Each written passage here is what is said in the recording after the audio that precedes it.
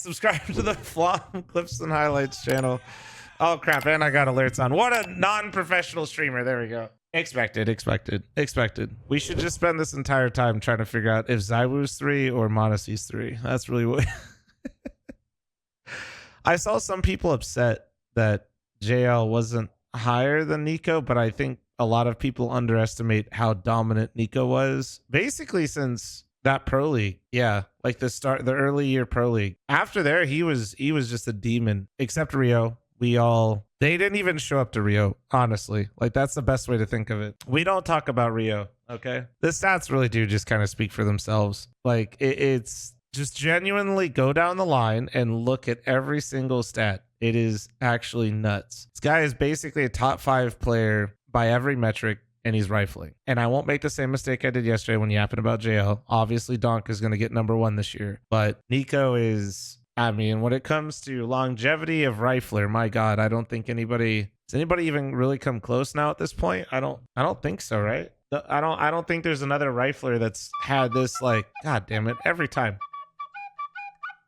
Nah, not even a liege, not a liege. No, I love a liege, but he's not in this level. No, a liege played insane this year, and he's playing at this, like, if he were on phase and he had the season, it doesn't matter. Point is no. I think the funniest thing still to me about this year with NiKo is NiKo basically came alive and became NiKo again. We were wondering when it was going to happen. You guys remember that? That was like my favorite part of the NiKo arc was NiKo was not playing well in CS2. And then Pro League happened. And then this kid named Malbs was absolutely dumpstering G2 at Pro League to the point where then somewhere, somehow, NiKo reached down and found NiKo again against Malbs.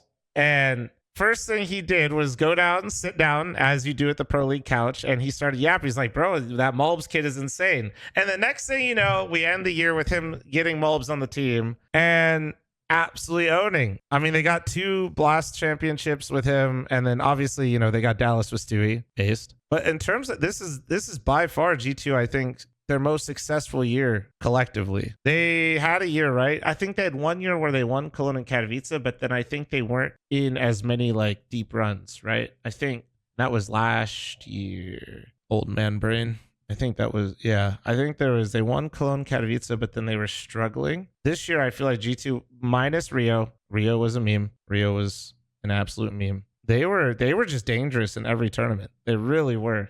It was all last year. Okay, man, don't be smartasses with me here, okay? But yeah, my favorite part of the NiKo arc this year was for sure him kind of finding himself again at Pro League versus Malbs, and then bringing Malbs to G2, and then winning some tournaments with Malbs. Is Disney would absolutely buy that movie. That's a nice one. That's got to be my favorite part. I think to the people that think JL should have been higher, I think that JL's major MVP shouldn't be undervalued, but I think at the end of the day, it's the best of 2024, and I think NiKo as an individual player was much stronger throughout the year than JL was. And that isn't to insult JL.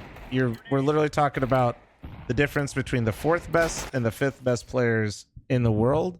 Riflers, and we're talking about a guy who has been like top 10 since, I don't know, bro. I think we're coming up on a decade at this point. Like, it's not to insult one or the other. I'm just saying, like, NiKo just had a much stronger, not much stronger, but he had a stronger individual year. JL did have a fantastic major though. That was insane. But you got to look at it as a whole. You do. Also, JL has a much better YouTube channel than NiKo, and because of that, like, if you think JL's better, that's honestly fair.